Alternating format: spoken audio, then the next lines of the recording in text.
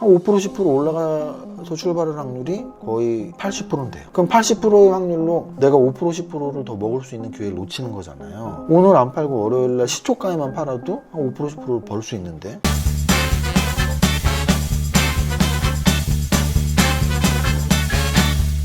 대표님, 보혜씨 왔어? 3일째 양선이에요. 그래서 기분 좋아서 오늘 붉은 보내려고? 수요일, 목요일, 금요일 3일 연속 양선 상승 마감해서 되게 오랜만에 여러분들 투자자분들이 마음이 조금 이렇게 좀 풀리는 그런 금요일입니다. 매주 금요일마다 불안했었는데 오늘은 오후장까지 양선 마감에 성공을 했어요. 차트를 보면 일단 2900 첫 번째 하락할 때 안 깨고 두 번째 하락했던 화요일날 2900을 버텼던 게 2901까지 갔었는데요. 그래서 심리적으로 2900은 지키는 거 아니야? 그러면 3000 밑에서는 사도 되는 거 아니야? 뭐 이런 공감대가 형성이 되면서 지금 3일째 올라서 3015까지 올랐습니다. 이 V자형 반등이 3100까지 또는 3200까지 또는 6월 말 고점인 3300까지 바로 한순간에 간다라고 지금 생각하기 좀 힘든 상황이고, 일단은 저는 한 다음 주 주초까지 좀 올랐으면 좋겠어요. 그래서 뭐 한 3050 좀 넘어가면서 이제 한 3100하고 2900 사이에서 좀 기간 고정을 좀 거치면은 다시 좀 올라갈 수 있는 발판이 되는데, 지금 여기서 다시 3000 밑으로 내려가면 굉장히 불안하죠. 그래서 3000 이상에서 한 달 이상 좀 버텼으면 좋겠다. 그래서 다음 주부터 3000을 잘 지키는지 좀 지켜볼 필요가 있고요. 이 이평선이 왜 중요하냐면, 이평선이 아래에 있을 때는 지지선의 역할을 하고 위에 있을 때는 저항선의 역할을 해요. 그래서 지금은 보시는 바와 같이 심지어 21선도 위에 있고요. 60일, 120일, 200일이 모두 다 위에 있기 때문에 저항의 개념이 된 거죠. 현재의 이평선들이. 그게 역별이라고 하는 거고, 그래서 역별상의 저항이 되는 이평선들이 위에 있기 때문에 제가 V자형 반등이 강하게 올 수 있을까? 그게 힘들다면 옆으로라도 좀 잘 버티는 기간 조정이라도 잘 좀 받으면 좋겠다. 이런 정도의 말씀을 드리고, 코스닥 같은 경우에는 오늘 거래소보다 상승률이 조금 더 낮았는데요. 거래소가 0.88%가 상승을 했다면 코스닥 같은 경우 0.72%가 상승을 했고 200일선에 딱 걸쳐있는 모습입니다. 글로벌 증시에서 사실 우리나라만 오른 게 아니고 어제 나스닥은 많이 올랐고, 어제 나스닥은 1.7%가 올랐고요. 아시아 증시에서 일본 같은 경우에 오늘 1.8%가 올랐어요. 그래서 아시아 시장 전반적으로 상승이 나왔고, 오늘은 어제 같은 경우는 아시아 증시 전체에서 우리가 가장 강하게 움직였다면 오늘은 뭐 일본의 반 정도밖에 안 움직였으니까, 홍콩도 1% 이상 움직였으니까 오늘 아시아 전체에서는 약간 덜 움직인 그런 하루였다, 이렇게 보시면 됩니다. 거래소 시가총액 상위에서 오늘 삼성전자는 지수 뭐 1%대 올랐으니까, 0.88 올랐으니까 지수 상승 정도 올랐는데, 이 봉의 차트, 봉의 모습은 좀 안 좋죠. 고가가 2.31인데 종가가 시초가를 못 지키는, 그래서 윗꼬리 만든 음선을 만들었습니다. 윗꼬리가 나온 음선. 그래서 차트상으로는 역배열에 굉장히 약한 반등 실패 차트인데, 반면에 SK하이닉스는 원래 삼성전자보다 먼저 떨어지고 많이 떨어져서 그런지 오늘 강한 양선 마감하면서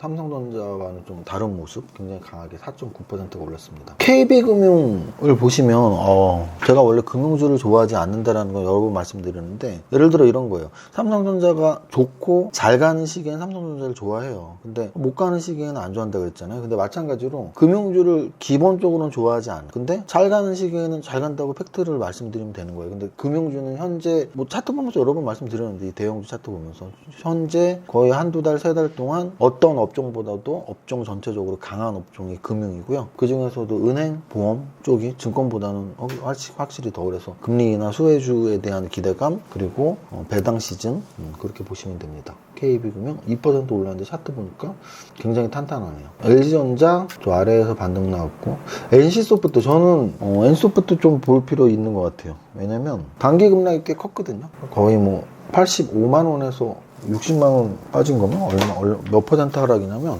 딱 30% 빠진 거네요. 그래서 거의 한 달 반, 두 달 만에 30%가 빠졌는데, 오늘 기준으로도 저 바닥 55만원까지는 한 35%, 40%까지도 되겠네요. 그래서 많이 빠진 상태에서 반등을 주는 이런 첫 양선은, 그러니까 두 번째 양선이죠. 지난번 9월 말에서의 양선이 한번 나왔다가 페이크로 밝혀지면서 두 번 음선이 나왔는데, 오늘의 양선은 지난번 양선과는 좀 다르게 좀 힘 있는 양선으로 보이거든요. 그래서 N소프트, 게임주들이 요즘 워낙 좋다 보니까 N소프트 나도 한번 가야 되지 않아? 뭐 이렇게 꿈틀댔던 모습으로 보이고 있습니다. 두산중공업을 말을 안 할 수가 없네요. 두산중공업 지금 원전 관련주의 실질적인 대장주죠. 시가총액이 12조니까 시가총액상으로 두산중공업이 대장주고요.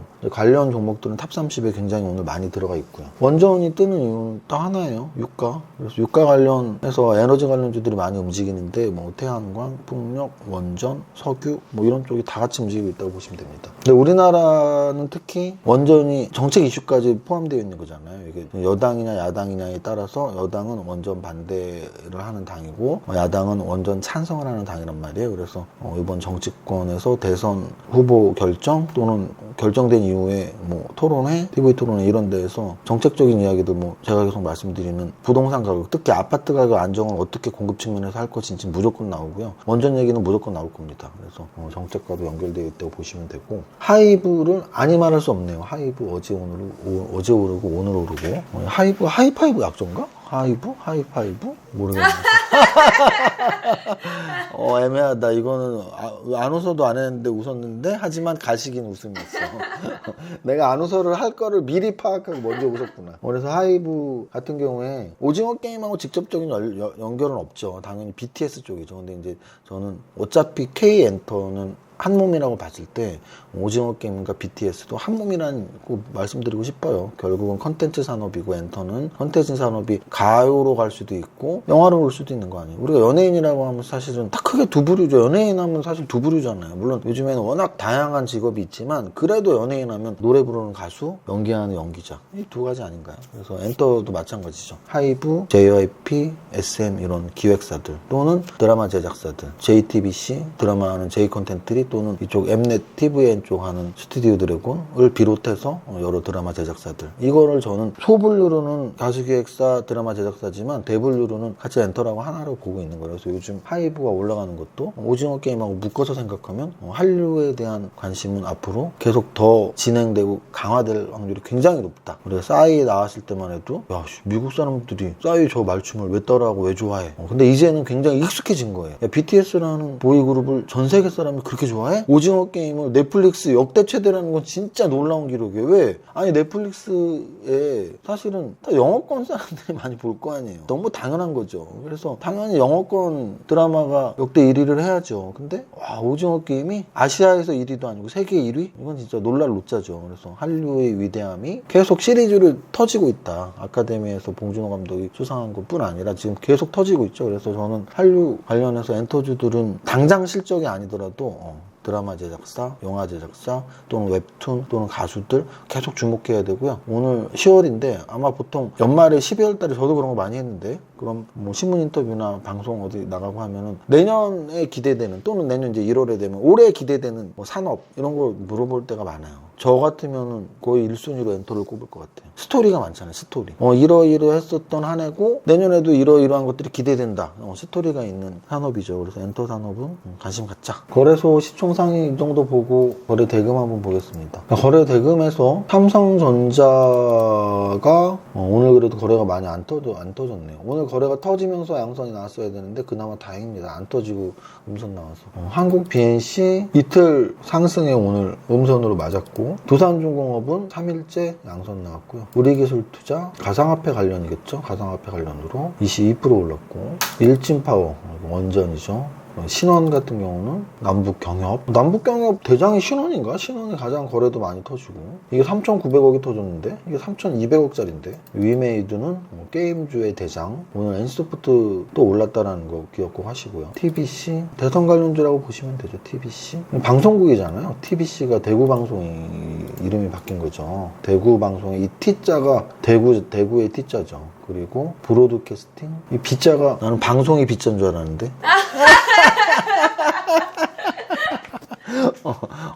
3일 양선 됐으면 이 정도는 웃어줘야지. 보면서 이세무사 아재 개그 지겹다 이런 생각하면 안 돼. 왜? 3일 양선으로 올랐으면 이 정도는 너그러운 마음으로 웃어줘야죠. 한전산업 같은 경우도 역시 한국전력공사 한전 계열이면서 5천억짜리인데 이렇게 올라가는 이유는 역시 원전이라고 보시면 되고요. 상승 하락 종목들 보겠습니다. 상승 하락 종목에서 오늘 녹십자일빙은 아침 일찌감치 상한가 들어가서 끝까지 물량 별로 안 터지면서 2,200억짜리가 200억에서 문 닫았다는 얘기는 굉장히 빨리 닫았다는 얘기예요. 문을 이거 보시면 아침에 장 시작하자마자 문 닫고 문이 안 열렸다. 이런 거 예전에 15% 상한가일 때는 굉장히 자주 나왔어요. 이렇게 강한 상한가는 탁 따라가는 거예요. 예전에는 따라가면 다음날 무조건 갭상승 뜨거든요. 그래서 만약에 녹십자일빙을 갖고 있는 분이 있는데, 그러니까 이런 거는 기술이에요. 그러니까 이걸 따라가라는 말 절대 아닌데 이거 하나 가르쳐 드릴게요. 내가 운 좋게 갖고 있는 종목이 상한가 갈 때 있잖아요. 그러면 한 점심까지도 막 갈랑말랑하고 거래 터지고 막 들어갔다 나갔다 들락날락 하면은 기분 나쁘면 팔면 돼요. 왜냐면 오후장에 상 못 찍고 급락 나올 수가 있으니까. 근데 얘처럼 오늘 그럼 예를 들어 이 종목을 제일 매매를 못한 사람들은 어떤 분들이냐면, 이게 지금 상한가 요때 갔단 말이에요. 9시 40분에. 그리고 문을 꽉 닫았잖아요. 9시 40분부터 상한가가 한 번도 흔들리지 않았어요. 근데 요 5분 차트에서 여기서 보면 요때 4만 주가 팔리죠. 11시 5분에. 그러면 이게 얼마짜리야? 12,000원짜리죠. 12,000원짜리가 4만 주면 6억, 5억 되는데 5억 되잖아. 5억. 12,000원에 4만 원 주면 5억이죠. 이 5억이라는 돈을 뭐 한 명이 판 건 아니겠지만, 예를 들어 한 명이라고 치면 그 한 명은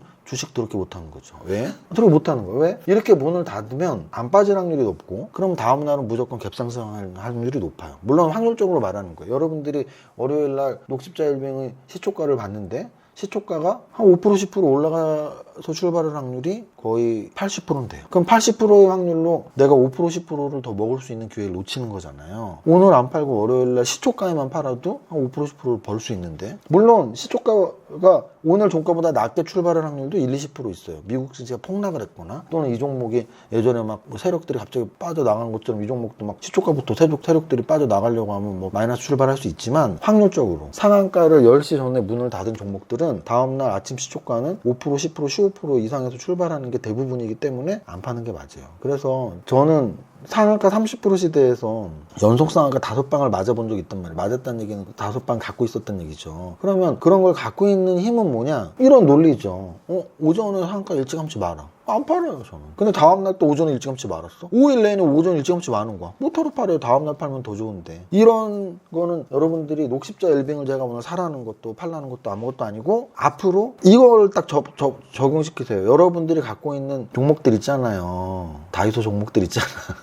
다이소 종목 막 갖고 있잖아요. 삼성전자는 상한가 나올 일이 없어, 대형주들은. 근데 다이소 종목들 막 주가 1,000원짜리 2,000원짜리에서 한 시총 1,000억 2,000억은 나도 모르는 사이에 갑자기 뭐 대선에 엮여서, 남북경협에 엮여서 뭐 어떤 재료가 나와서 갑자기 상한가 갈 때가 있어요. 그럼 상한가 갔을 때 너무 좋아 하고 막 정신없이 막 팔려고 하지 말고, 심지어는 이거를 상한가 가기 전에 판 사람들은 얼마나 배 아파. 이거 이렇게 장 시작하자마자 이렇게 팍 치고 가는데 이때 판 사람들 얼마나 많겠어요. 그러니까 여러분들이 갖고 있는 종목이 갑자기 급등을 할 때 한 템포 떨어져서 왜 오르지? 확인 한번 해보고, 그러는 사이에 상을 말 수도 있고, 그럼 상 말면 상했다가는 팔지 마라. 상이 깨지고 밀릴 땐 팔아도 상은 팔지 마라. 왜? 상방감을 이렇게 오전에 강하게 하면 다음날 시초가는 올라갈 확률이 80% 이상이 100%라고 말씀드리지는 않겠습니다. 10번 중에 8번, 9번은 시초가가 올라가요. 굉장히 중요한 기법이에요. 여러분들이 갖고 있는 것 중에 운 좋으면 상한가 한 번씩 나오잖아. 근데 여러분들 잘 생각해 보세요. 막 상한가 막 가기도 전에 막 5% 10% 오를 때 팔았거나, 또는 상한가에 막 팔았는데 막상 다음날 돼보니까 시초가만 올라가고 막 강하게 가고 하는 거 많이 경험하셨을 거예요. 안 그런 적도 있었는데, 야, 나 상에 잘 팔았어. 상 팔고 나서 다음날 시초가 엄청 떨어지던데 10번 중에 한두 번. 그리고 오늘 아까 말씀드렸지만 TBC, 대선 관련, 대우품은 자동차, 그리고 일진파워는 원전. 그래서 원전 관련주들이 사실 오늘 많이 들어와 있습니다. 뭐 서전기전도 있고요, 한전기술도 있고요, 보성파워텍도 있고요, HRS도 있고요. 원전 관련주들이 많이 들어와 있다. HRS는 해룡실리콘의 이름, 예전 이름이 HRS는, 저는 이름을 되게 좋아한다 그랬잖아요. 그러니까 이름 분석을. H가 해룡의 H, R이 룡의 R, 그리고 S가 실리콘의 S에서 해룡실리콘이 HRS로 이름이 바뀌었고, 우리나라 실리콘 고무시장 1위 업체인데 재무제표가 되게 좋아요. 재무제표가 좋아서 저는 이 종목을 사실은 여기서부터 계속 봤거든요. 차트도 정배열이고. 근데 오늘 20% 정도 올랐다가 윗꼬리 한 반 정도 남기고 밀리긴 했는데, 오늘 오른 이유가 원전 때문이거든요. 근데 그래서 저는 갑자기 그 생각이 났죠. 가치 투자자들이 매수를 해서 이익 실현을 크게 하고 나오는 경우는 가치 때문에 오른 것보다 뜻밖의 재료 때문에 오르는 경우가 더 많다는 거를 저는 알고 있습니다. 무슨 뜻이냐면 되게 좋은 종목을 사요. 근데 그 좋은 종목이 가치에 비례해서 오르는 건 굉장히 천천히 올라요. 근데 갑작스러운 재료가 나오면 빵 하고 막 10%, 20%, 30% 치고 간단 말이야. 가치 투자자들은 저평가돼서 샀는데 30% 치고 가니까 팔면 되잖아요. 그래서 어찌 보면은 저는 가치 투자의 핵심은 기다리는 거다. 언제까지? 가치와 가격이 똑같아지는 지점까지 기다릴 필요 없다. 그 전에 누군가가 재료를 갖고 건드는 시기가 오는데 그때 한 20%, 30% 남고 파는 거. 그게 저는 가치 투자자의 본질이라고 보는데 이런 종목 같은 경우죠. 좋은 종목인데 원전에 포함돼서 올랐다. 이런 거는 언제 또 많이 있었냐면 남북 경협주 때 많았어요. 그러니까 트럼프하고 김정은이 만난다고 할 때 건설주들 중에 그런 게 많았거든요. 건설주, 건자재주 이런 애들이 진짜 실적이 좋은데 시장 소외주란 말이에요. 그래서 안 움직인 적이 많아. 그러니까 대부분 안 움직였어 건설주. 근데 김정은과 트럼프가 만난다고 하니까 이제 우리나라 건설사들이 북한 가갖고 도로도 놓고 뭐도 댐도 건설하고 뭐도 건설하고 하니까 건설주 올라야 돼 하고 막 테마가 붙어서 오르는데 그 건설주들이 그때 퍼가 막 2, 3 이랬거든요. 그러면 가치 투자 관점으로 건설주인 퍼 2, 3인 건설주를 샀는데 실제 건설주가 올랐던 건 가치가 너무 저평가돼서가 아니고 남북 경협이었다. 요거를 잘 기억하세요. 그래서 여러분들이 만약에 가치를 보고 재무제표를 보고 들어가는 경우에 이런 특수한 재료들이 나와서 20, 30%가 오르면 땡큐 이러면 되는 거예요. 땡큐. 그런 거에서 이제 운칠기삼이 나오는 거죠. 운이 좋았던 거죠. 근데 그 운조차도 나는 재무제표를 보고 좋은 종목을 들어갔으니까 하반경직을 어느 정도 확보한 종목이니까 떨어질 확률이 적은 종목이 차트를 이쁘게 만들어놨는데 좋은 재료가 나오면 탁 튀는 100% 운은 아니에요. 실력이 가미된 운이다. JST나 이런 건 또 계속 말씀드렸던 저쪽이잖아요. 남북경협. 그래서 오늘 종목들은 전체적으로 이렇게 봤을 때 자동차 부품, 원전, 남북경협, 그리고 메타버스 관련주 한번 말씀드렸죠. 엊그저께 메타버스 ETF 계속 언론에서 때리면서 나쁘지 않은 흐름으로 바뀌고 있어요. 특히 VFX 기술력 있는 위지옥 스튜디오랑 덱스터는 거의 신고가를 쳤고요. 나머지 애들도 이제 차트 좀 만들어 나가고 있거든요. 그래서 메타버스도 좀 관심 가질 필요는 있다. 그래서 오늘 시점에서 원전을 포함한 에너지 관련주들, 유가가 계속 오르니까 에너지 관련주들, 대선 관련주들, 전기수소차 관련주들, 메타버스 플러스 엔터게임 요 정도는 여전히 저는 좀 좋은 업종이라고 보고 있고, 대신 대형주가 좋으냐 중소형주가 좋으냐 해서 압도적으로 저는 지금 장은 중소형주에 더 몰입해야 되는 장이지 대형주가 크게 움직이는 장은 저는 거의 끝났다고 봐요. 대형주가 크게 움직이는 장은 작년 봄, 여름, 가을, 겨울 벌써 4계절에 걸쳤어. 4계절 걸쳤고 지금 지수는 조정을 받되 떨어지지만 않으면 이제 중소형주들은 잘 움직일 수 있는 그 요건이 형성이 되고 있고, 그게 제가 보는 3,000포인트 안착이에요. 근데 오늘 거래소 3,000 넘어갔으니까 다음 주 초에 한 3,050 이렇게 이상 갔다가 3,000에서 잘만 버텨도 중소형주는 충분히 갈 수 있다. 근데 대형주가 가려면 3,300 돌파해서 신고가로 또 뚫어주는 완전 상승장이 나와야 되는데 거기까지 가기에는 아직은 좀 기간 조정이 필요하다. 이게 오늘 핵심입니다. 여기까지 할게요. 오늘 또 해바라기 목걸이를 쓰고 있네. 자, 오늘 주말이니까 여러분들 붉은 보내시고 여러분들 기분 좋으라고 우리 백조님한테 해바라기 씌우고 두 번째 줄까지 부자 노래 부르겠습니다. 시작. 나는 10년 안에 100억 부자 될 거야. 이세무사 부자 공식 치열하면 돼. 여러분들이 부자 되는 그날까지 함께합니다. 파이팅! 이세무사의 장중시황은 밸런스 투자 아카데미 텔레그램을 통해 받으실 수 있습니다. 안녕하세요, 이정윤 세무사입니다. 금요일 11시입니다. 미증시 상승의 영향으로 갭상승으로 출발한 우리 증시 살짝 양선 나오고 있지만 플러스권에서 잘 버티고 있는 금요일입니다. 하지만 오후장까지도 양선으로 되돌리지 못하고 음선을 유지한다면 좋지 않은 차트로 마감될 수 있으므로 주의 바랍니다. 거래소는 3,000을 중심축으로 기간 조정이 좀 더 필요해 보이는데 3,000 이상을 강하게 찍을수록 더 좋아 보입니다. 코스닥은 거래소와 달리 200일선에 가까운 반등이 이루어진 상태이니 200일선 회복이 급선무로 보입니다. 시총상위 종목을 보면 SK하이닉스가 3% 이상 상승하며 오늘은 선봉에 선 모습이지만 여전히 역배열의 자율반등 수준의 상승으로 보이는 한계가 있습니다. 오히려 같이 3% 이상 상승하고 있는 종목 중에 NC소프트가 눈에 들어오는데요. 같은 완전 역배열이긴 하지만 이격도가 많이 벌어진 단기 급락이어서 단기 반등이 강하게 들어올 가능성도 보이네요. 또 하나는 최근 게임주의 전반적인 흐름이 좋기 때문입니다. 썩어도 준치, 나도 왕년의 대장. 두산중공업은 원전 관련주의 대장주로 3일 연속 상승하고 있는데요. 중소형 원전 관련주의 그룹핑이 필요해 보입니다. 하이브는 어제에 이어서 오늘도 5% 이상 상승하는 모습입니다. 역시 게임주와 마찬가지로 엔터주의 최근 흐름은 매우 좋은 수준이므로 게임주, 엔터주, 메타버스 관련주는 연계해서 보실 필요가 있어 보입니다. 코스닥 시총 상위는 오늘 거래소에 비해서 그리 움직임이 좋지 않지만 위드 코로나 관련주인 파라다이스, 오늘 머리를 들고 3% 오르는 모습이 좋아 보입니다. 전체 종목 상승률에서는 상한가 두 종목이 나오고 있는데 전반적으로 수요일부터 3일째 개별주의 상승 탄력이 좋으며 특히 시장 주도 테마가 형성이 되기 시작하는 모습입니다. 오늘의 압도적인 주도 테마는 원자력 관련주인데요. 일진파워, 서전기전, 보성파원텍, 한정기술, 그리고 HRS 등 다수가 동반 상승하고 있습니다. 이 중 HRS는 우량 중소형주로 10월 성장주 원픽으로 뽑았던 종목인데 원전 테마에 포함되는 행운이 나왔네요. 인생 멋있어? 운칠기삼이죠. 종합적으로 정리하자면 지수 3일째 상승 나오고 있고 주도 테마는 원전 관련주, 관심 테마는 엔터, 게임, 메타버스, 대선 정도라고 말씀드립니다. 여기까지입니다. 오늘의 한 줄평 3일 연속 상승, 오랜만에 진짜 불금, 모대성우 투자 화이팅!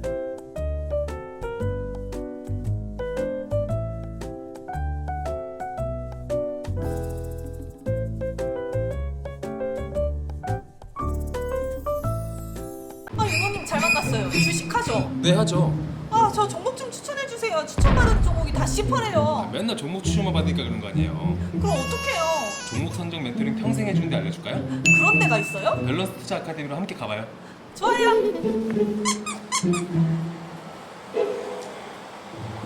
강연필님, 제 계좌가 지금 10%인데 밸런스 투자 아카데미 오면 빨갛게 변할 수 있나요? 당연히 빨갛게 변할 수 있죠. 밸런스 투자 아카데미 이정윤 대표님이 추구하는 방식은 3박자 투자법이죠. 재무, 차트, 정보 그런 과정을 쭉 진행할 수 있는 커리큘럼을 가지고 있어요. 3박자 투자법에 맞는 종목을 고르면 시장 상황에 따라서 출렁거림은 있겠지만 회사가 성장을 하고 차트도 정배열에 돌아서고 외인과 기관이 사들어가고 현재 시장에서 부각을 많이 받고 있는 업종에 일을 하고 있다면 그런 종목이 끝끝내는 내 계좌를 빨갛게 만들어줄 수 있는 거예요. 저 그러면 밸런스 투자 아카데미 당장 들어갈래요. 네이버에서 밸런스 투자 아카데미를 검색을 해주시면 제일 첫 번째 저희 사이트가 떠요. 그것들을 참조로 하시고 그래도 내가 어떤 과정을 어떻게 시작할지 모르실 때는 저희 밸런스 투자 아카데미 대표 번호가 여러 가지가 있으니까 전화 주셔서 각각의 연구원분들이랑 상담을 통해서 시작하시면 될 것 같아요.